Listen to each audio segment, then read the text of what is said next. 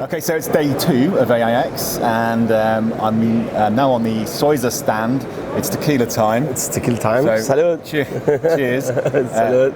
I'm with Jacobo Mesta, who is the owner of Soiza. I'm not a big tequila fan. Try it. You're gonna like this one. Yeah, you said kiss it, don't just chug it back. You have to kiss the tequila. You don't have to shoot it. Yeah, I'm still not a massive tequila fan, but no, that's really nice. Thanks for that. Which obviously you're a Mexican company, hence Yes, tequila. of course. But there's a lot of stuff going on with you guys at the minute. Not least, you've recently, this morning, announced a new armrest. And this is made out of corn. Now, you have to explain this, because how on earth do you make an armrest out of corn? So yeah, one of the things that we're presenting this year in Hamburg, it's there's a lot of talks about sustainability, right? So sustainability, and what we're trying to do is within our range of business, which is manufacturing, find those spots, those sweet spots where we can find that material that we can recycle or reuse. So we have a program called From Waste to Wonder, which is a program that we designed 2 years ago for all how can we use the recycled products, or how can we use the leathers that we use, or all the foams, materials that we use within our manufacturing to upcycle it and use it for different purposes. So one of the things that we found is this material that it's made out of corn. It's made out of waste of corn, and you can do it in very different presentations. So we're thinking, how can we use that? Because that's a biodegradable product that if you throw to landfill, it'll disappear at a certain point in time, compared to the foams. Right. So we said, all right, let's substitute it to one of the products where we use foam. So we have an armrest. Yeah, we have an armrest that we do for Collins, and we said, hey, you know what? Let's try to take whatever we have of foam, substitute it with corn, and see how it looks. Yeah. And it looks great, and the aesthetic is great. The feel looks practically the same. So now we're going to pass to the next step, which is trying to certify it and see how it reacts within the FAA or EASA, and see if we can make it sustainable. Crazy thing, I came to an aviation event this week. I didn't expect to learn about how sugar puffs are made, but it's the same process. It's the same company. It's the same somehow company. you've managed to get a company that is in cereals and food into the airline industry. And they're based in Switzerland, and we're based in Mexico. How does that happen? No people. It's from a friend. Actually, I have a friend in Mexico that does the corn cereal. Yeah. So he introduced me to them, and he said, hey, it's probably something you can do with that. Well, let's find a way. Yeah. So saludos a Tony. It's a great example of how innovation works. You know, it's about knowing people and personal relationships, but having that idea, and then he's over there, the guy from the company that has the machines that makes this material. Yes, he's here, so we have any support and now finds himself doing aviation, which, like I said, you'd never believed it in his wildest dreams that he'd be an aviation company. Exactly. Hopefully, if he's given certification, he's made it. We got a new partner in aviation now. Exactly. Amazing. So that's one thing you're showing off this show. And what else are you here to? So one of the other things that we're here to present this year is the BFE management. How can we reduce the supply chain and help the airlines and the OEMs to deliver products in a shorter lead time? So, and one of the things that we're presenting is called BFE management, where the airline buys the dress covers. I mean, because we are specialized in upholstery and dress covers, and that's our main product. So if they buy it directly from us, there's going to be a lot of cost savings and a lot of lead time reduction. We're going to do it very fast. How does it support? It supports the OEM, because the OEM, the faster they integrate and assembly the seat, the better they can deliver. So by them not worrying about the dress cover and sending the responsibility to us, we need to deliver on time. Now it's our responsibility to deliver on time to the assembly line of the OEM so they can release fast. And then to the airline, it helps because we deal directly. It's going to be cost-wise going to be much beneficial, and also the lead time of sending POs to one and then the other one, and then buying the material from one place, sending it to the OEM, and then sending it to us. it dramatically reduces the lead time. Yeah. And not only that, and one of the best parts about this is that they will keep that same part number throughout the lifetime of the aircraft. So if they want to change the part number later, they already have it. They don't have to do any certifications for PMAs or EASA. They just keep on using the same part number. Yeah. One of many ways you hear about this week is trying to make the industry operate more efficiently. Yeah, that's all there's so about. many inefficiencies. All the talks are how can we reduce the lead time and how can we make supply chain better. Yeah. So the other thing we talked about when I met you last year was you fairly recently opened your facility in Dubai. You obviously, I said you're Mexican company, but you'd opened a facility in the Middle East. Yes. That's been open now for a couple of years? 2022 we opened. Okay. So how's that gone for you? And do you expect to be further expanding in other parts of the world? It's been going great. We're a very dynamic company. So it's a family-owned company that we started doing jeans. And then since my grandfather, jeans, okay. denim. And then since my grandfather in 1949. And then in 2004, we went completely bankrupt. Right. Because the Chinese came to Mexico with no taxes and denim. Right. And we had to let go like 2,500 people. But we quickly reinvented ourselves, and my father and his brother Javier started doing dress covers. Right. They hired back 7 guys, girls actually, and they started working with Safran. And since then, now we're 300 people in Chihuahua, and you heard a lot about nearshoring, right? Yeah. So everybody's nearshoring in Mexico to deliver in the U.S. Well, we did the same thing. We have clients in the Middle East, so we did nearshoring, but in Dubai. Yeah. So we opened a facility in Dubai in October 2022. And in March of this year, we expanded it with 3 times bigger with some partners there. How many people you got in Dubai? And we now? got 35 people in Dubai now. Okay. And what's happening in that facility in Dubai then? It's all the same stuff as in Mexico? So the facility in Dubai, in Chihuahua, we do dress covers, cushions, foam inserts, a lot of foam CNC and stuff. And in Dubai right now, today we're only doing the dress covers, the laminated dress covers for the Middle East. And from there, I think the intention is to support also North Africa and Europe. Yeah, okay. And Southeast Asia. It reflects how more important the Middle East is becoming for aviation. Yeah. And it's been happening for many years. Look at Dubai Airport and Amman. I mean, Emirates is doing their biggest retrofit program, more than $2 billion on retrofit right now on the A380s and the 777s. Saudi Arabia is now awakening. So Saudi Arabia is ordering huge, Yeah.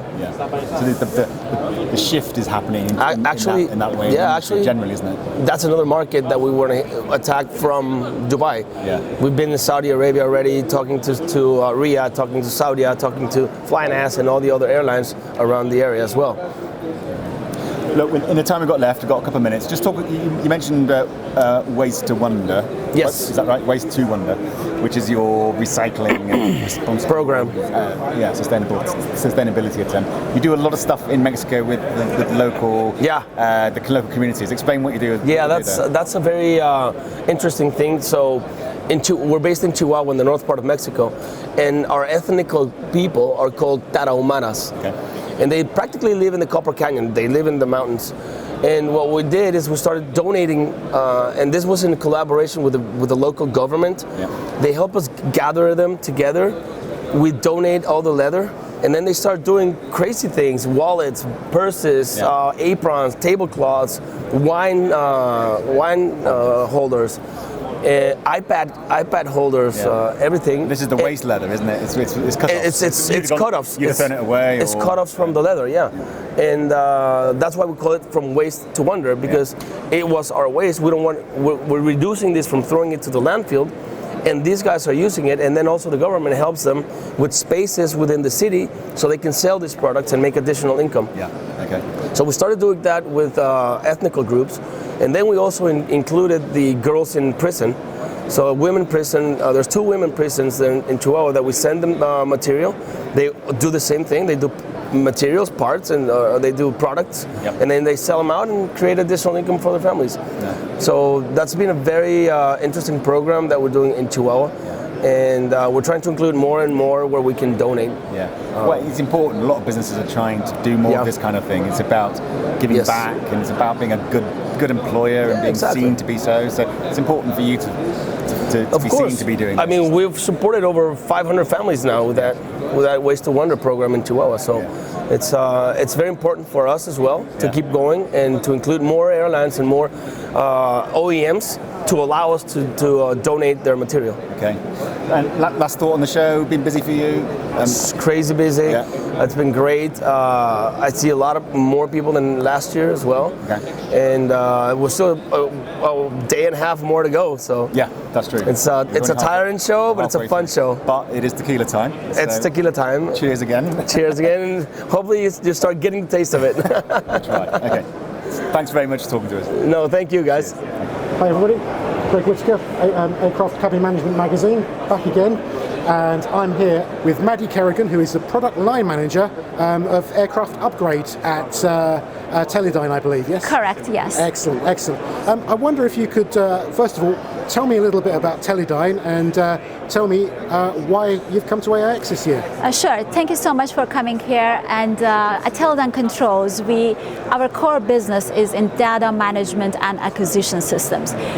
Basically, at AIX, we find the connectivity system and solutions being our core business, and that's why we are here. And of course, we are here to showcase our top-line product, which is ACES Air Cabin System Environmental System for aircrafts. Excellent, the ACES system. And is that completely new? Has that been shown before? It has been, as a matter of fact, last year around this time, we did win the Crystal Cabin Award for ACES under the health and safety categories. Right. So we are very thrilled for that award that we received last year. And this product has been in the market for the past 2 years. We have launched it in the market. We have been flying. It's actively flying right now. Yes, right. yes. We have STC for A320 and 737 aircrafts.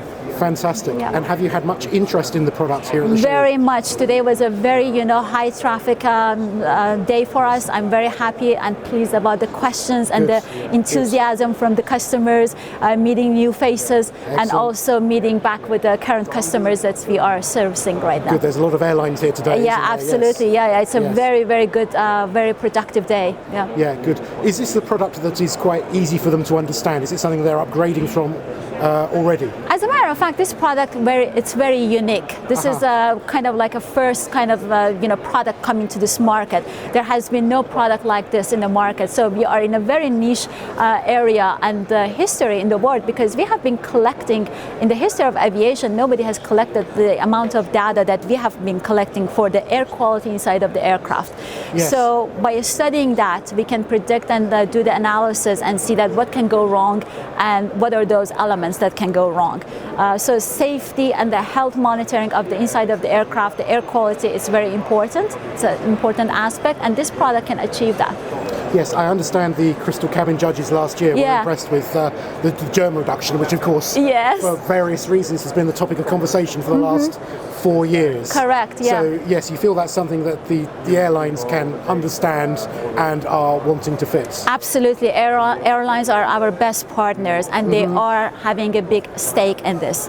Health and safety of the passengers, crew, everybody is important for that matter. And for that, we have been partnering with significant major players in this industry, and it has been very helpful. And I think that everybody is coming to realization that it's very important to be able to be in a position to monitor the air quality inside of the cabin. Absolutely, yes. Yeah. At what point would this system be retrofitted? Would it be during major overhaul? So, as a matter of fact, it depends on the availability and the comfort level of the customer. Sometimes they want to do during the C-check that the aircraft is staying at the MRO for a few weeks. Sometimes they want to do it in multiple overnights. So we have catered the STC in a way that we can do it as much as the way that the customers would like to see that. Sure, depends on the client, depends on the fleet. Exactly. Yes, yeah. Air quality, as we've been discussing, it's not a new area. We've always had air. Yeah. But I think now people are more concerned about humidity, germs, air levels. Do you see any new markets that you could break into? As a matter of fact, I think air quality is the matter that it matters for everyone and everywhere. Yes. Every industry, they have their own set of standards. We see that in mining, construction, business. They do the same approach as in the airline industry. And with the recent discussions that have been going on in the House and the Senate of the United States and other places, it seems like it's getting more and more attention that deserves this topic to have, and everybody is working towards that. So yeah, I think that this is just the beginning of a new horizon. It is the beginning, isn't it? But is there anything you'd like to change? Yeah, for sure. I think everybody is striving for having more safety regulations, and everybody wants to be safe and get off the airplane the same way that they got on the aircraft. So it's very important, and I think that everybody is coming to that consensus, and hopefully all of us, we can work together and come up with a solution, and we are getting very, very close to have that kind of conclusion at the end of the day. Fantastic. Yeah. Well, good luck with the rest of the show, Thank you Maddie. so very much. I appreciate it. Thank you. Thank you. Have a good day. Okay, so now we've moved on to speak to Ida and Tommaso to my right. Welcome to ABN Cast, Tommaso. Thanks for speaking to us today. Tell us about the company, what you're here showing people today, this week in AIX in Hamburg, and what's new for you. Well, thank you very much for inviting us on this session.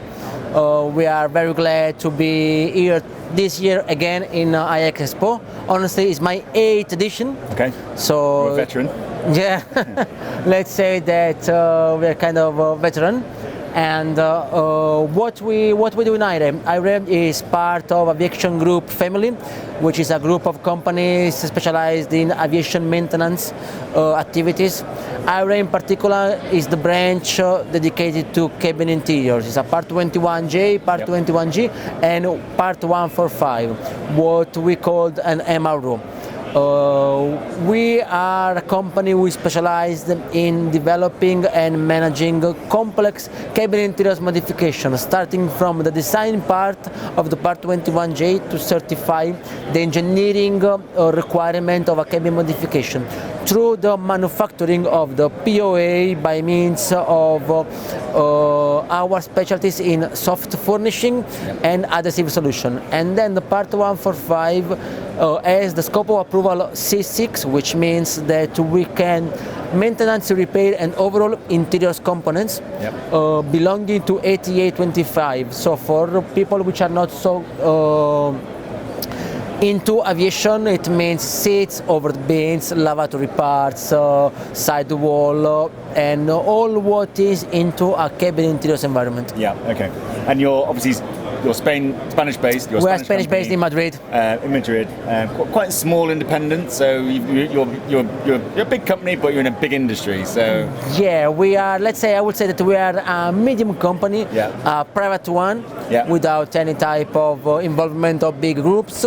And thanks the business for IREM has always been good, thanks to the fact that aviation in Spain it's quite strong, being the door to Latin America. Okay, so earlier on today you were on a panel that we put together as Aviation Business News, our first time we've done that at this event, so thanks for doing that for starters. Thank you to you. And you were on with Lufthansa Technik, with Airbus, with Air France KLM, I think, wasn't it? Yeah. So a really good panel, and you were there amongst the big guns talking about MRO and how it in particular reflects in the cabin area, because it's maybe an overlooked area of MRO, and that was probably one of the things that came out of the session, is there needs to be a little bit more profile given to cabin MRO, because it is such an important part of the product. You know, these airlines are selling these cabins, they're selling these seats, they're selling all those services around them. They're becoming more complicated, more need for maintenance, repair and overhaul, and if they're not correct, the airline gets it in the neck. So how does that happen? How do you raise the profile of what you do, particularly around the cabin? I do appreciate you took the point, because cabin, as I was saying in the panel, it's always been seen as a second division, while it is the first division in terms of customer expectation and customer feedback, because you are getting into the cabin, you want to have a good experience in all cases. You are a business passenger, you are an economy passenger, but even an economy passenger with a seat which is not working the recline, for example, it's a not happy passenger.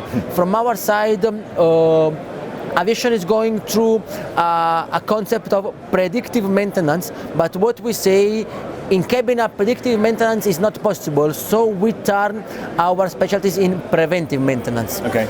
Maintenance is important because what we have faced along the last years, where there was no intention of giving care to the cabins, is that the cabin were arriving to a very bad stage of their life, while now with the preventive maintenance things are completely changing, because you are doing the job more times in a life cycle of a cabin instead of achieving the worst, I would say, the worst situation, which can bring you to have a very bad customer expectation and feedback. Yes.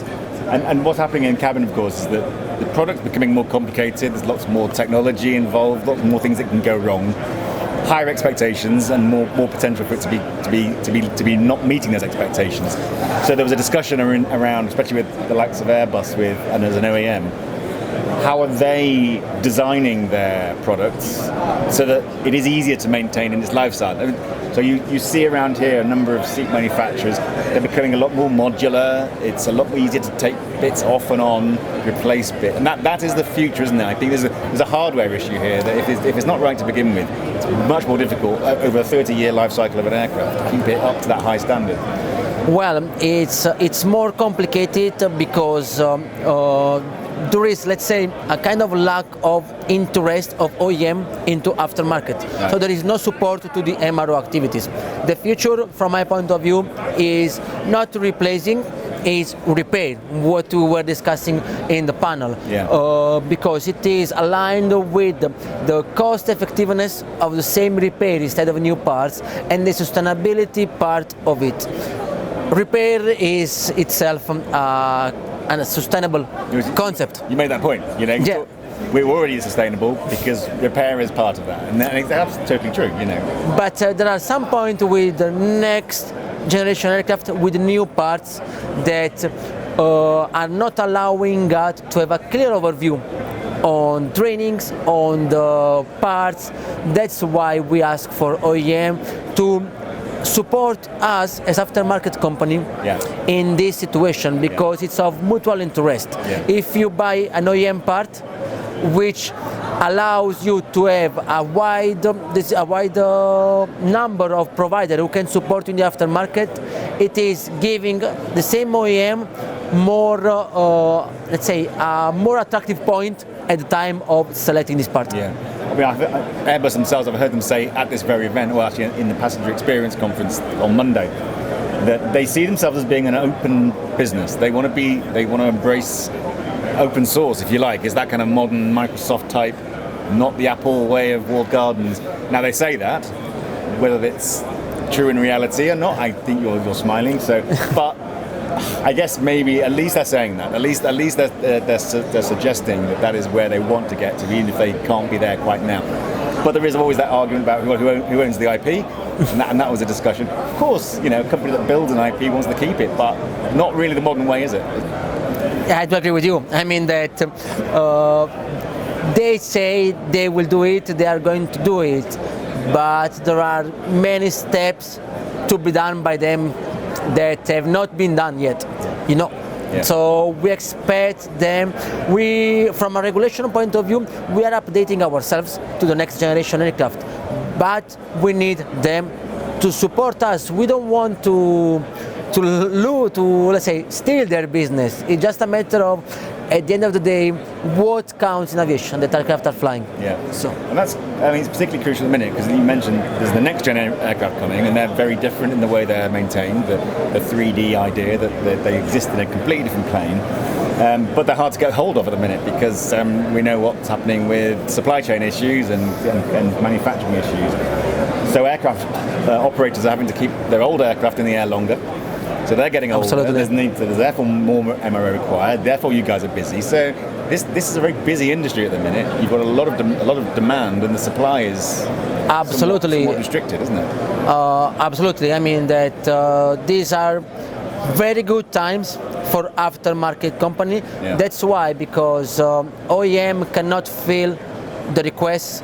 They are stepping into some problems that weren't expected because the demand is too much bigger compared to the offer. Yeah. Meaning that old aircraft now seems to be the new ones because they are the only one available in the market. And for a company like IREM, this solution allow us to get into the business and perform our give the best of our support in these old aircraft. Yeah. Before we finish, final thought which is related to that about the strains on the industry, and that is around the skills and people in the industry. And again, that was mentioned that this is a really difficult area for MROs all over the world. There's just not enough skilled people out there. How does the industry address that? Are we doing enough to appeal to the right kind of new generation of engineers and skilled STEM students and graduates out there? Yeah, we all know that there is a big problem from this point of view in terms of skilled people and people in general. I mean, aviation now is in lack of a big percentage of employees. What we can do, and what I can see is that finally people are giving more importance to cabin. What does it mean? That they are creating more employees with cabin expertise. And what we can do, we have to grow on our own the new technicians. So in IREM, what we do when we can't find a good resource on the market, we go to the university. We have at least monthly discussion and into the universities. Yeah, cool. Well, we have to wrap it up. I've just come from the Soiza stand where it was tequila time. Here it's wine o'clock. Spanish wine is being served, I can see. Yeah. So we need to wrap that up and get over there. So Tommaso, thanks for doing that. Thank you very much. And thanks for joining us on ABNcast. Cheers. Thanks a lot. Okay, so joining us on ABNcast today at the end of day 2 at AIX is Ken Sains, Chief Executive of Panasonic Avionics. Thanks for inviting us onto your stand, Ken. Pleased to have you. Now, every year Panasonic makes a big splash. Last year it was the launch of your new generation of screens, the Stronix Strova family of screens. This year you've made another big splash. Explain what you've launched this year. It's behind us, and there's a lot of people milling around looking at it. But what have you launched this year? What's the big story? We actually launched in partnership with Collins Aerospace, which is one of the largest seating manufacturers, our vision of what the future business class is going to be. Right. And it's sat behind us here. It's got a lot of people looking at it. It's called Maya. Yeah. Explain what Maya stands for. So what we wanted to do is we wanted to push the envelope, but to design something that could be flying in the near future. So Maya actually stands for maximum advancement, yet achievable. Okay. So it's existing technologies that are integrated together into something that could fly in the near future. Okay. So on launch on Tuesday morning, you're at pains to say, look, this technology we're showing you today, it's all real. Yeah. It's all developed. It works. Mm-hmm. So there's no sort of future development here. This is possible today. I'll try and describe it. It's an incredible wraparound screen. How many inches? It's a 45-inch 5K screen. Yeah. That what's really unique about it is it's the first ultra-wide screen CinemaScope aspect ratio, which is 21:9, that'll be flying. And 21:9 is the same format that exists in theaters. Okay. So, when you pull up a movie on a typical screen, today it'll say this movie has been reformatted to fit this screen. This is actually the first screen where it will not have to be reformatted. It's the exact same experience you would get into from a theater. Okay, so that's a very intense experience. Yes. But you were demonstrating it the other day. The screen can also be split and have different aspects going on at the same time. It's designed for today's business class passengers and the business class passengers that we expect to fly over the next decade and beyond. And what I mean by that, if you think about a business class today and if you look around of who's flying, there are a lot of Gen X passengers like myself. But over the next 10 years, this is going to transition to millennials and then to Generation Zers. And they have grown up with a very different, immersive digital experience. And so we wanted to have something that would work for both. So you can configure this screen to provide a more traditional business class experience, all the way up to an incredibly immersive cinematic experience that's actually 50% more immersive based upon the seat geometry and the field of view. 50% more immersive than a theater, and 30% more immersive than an IMAX theater. Okay. And another aspect of it as well, you can enjoy this surround sound immersive experience without these on, these headphones. Yes, it's a Panasonic headphoneless audio. Right. So inside the suite, you can hear incredible sound, but outside of the suite, you won't hear anything. So actually, it's kind of funny when people are in it, they start talking to you very loud because they think you're hearing the movie that they're watching, and they're actually not. And how does that work? You have a sound dampener so the sound can't escape the... Well, there are speakers inside the headrest that are directionally angled at the occupants' ears. Right, okay. When you launched your new next-gen screens last year, you talked about the Gen Z millennial attitude towards connectivity, engagement and so on, and made the point that if you're an airline, you spend all that time before someone gets on a flight trying to engage someone on a tiny screen while they're making the booking. Yep. And then you get them for 10 hours and don't do anything with them, which seems crazy. This obviously this demonstrates how you take that to the next level. Right. But this is where IFE in general is going, isn't it? Where we're talking about personalization, but the screen's intelligent. It understands you, and it configures for your benefit. Right. Yeah. And that's. We call that. Explain how this is working. Yeah. So the biggest trends going forward are really in making the screens more tailored to the individual passengers. Yeah. And we call that the connected seatback. And the connected seatback is basically the interaction or integration of the connectivity on board the aircraft with the seatback. And when I say that, it's not about having connectivity on board for the passengers, to connect to Wi-Fi, but actually connecting that link into the seatback itself.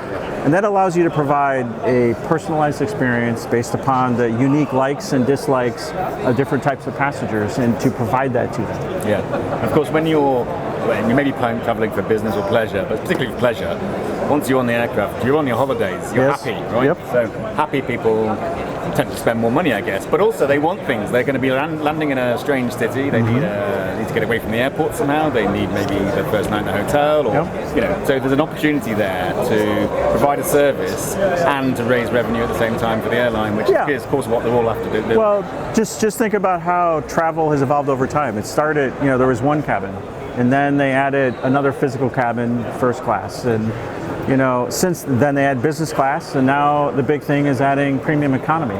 And so what the airlines are doing is they're creating different types of essential products or services that meet the needs of different types of customers. The opportunity to digitally tailor is incredible because it doesn't require a change in the LOPA or the layout of the cabin, but you can have a seat that is tailored for a certain type of wants in a passenger on one flight, and that exact same seat then digitally repurposed to a different type of experience for a passenger on the next flight. Right. That's really what the potential is going forward. The other thing you demonstrated on Maya is the seat changes depending on the stage of the travel journey you're on. So if you're sleeping or dining, the whole thing reconfigures. Yep. It's almost trying to assess your mood and give you a back massage when you're feeling a bit tense. And this is the future where this is to the next level. It's emotive, isn't it? Yes, very much so. And going forward, then, business travelers, this is not a cheap. This is not a cheap seat. Okay. But it will change.